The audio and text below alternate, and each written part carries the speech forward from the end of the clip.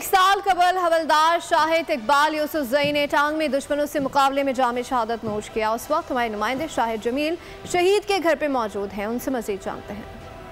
जी बिल्कुल, जब से पाकिस्तान वजूद में आया है तब से लेकर आज तक मुसलसल पाकिस्तान सिक्योरिटी फोर्सेस के जो जवान हैं वो पाकिस्तान की सालमियत के लिए अपनी जानों का नजराना पेश करते हुए मैं इस वक्त एक ऐसे ही शहीद के घर में मौजूद हूँ जिसने एक साल कब शहादत का जाम नोश किया है। उनका नाम था शाहिद इकबाल। तो उनकी वालदा से बात करते हैं कि उनके क्या जज्बात हैं। उन्होंने बहुत बड़ा रुतबा पाया है शहादत का। मेरा बेटा शहीद हो गया, मैं बहुत खुश हूँ। और मेरा बेटा है ना, शहीद होने से पाकिस्तान के ऊपर कुर्बान हो गया और उसकी शहीदी ज़ाया नहीं जाएगी। वो मेरा बेटा है और मुझे फ़ख्र है ऐसे बेटे के ऊपर।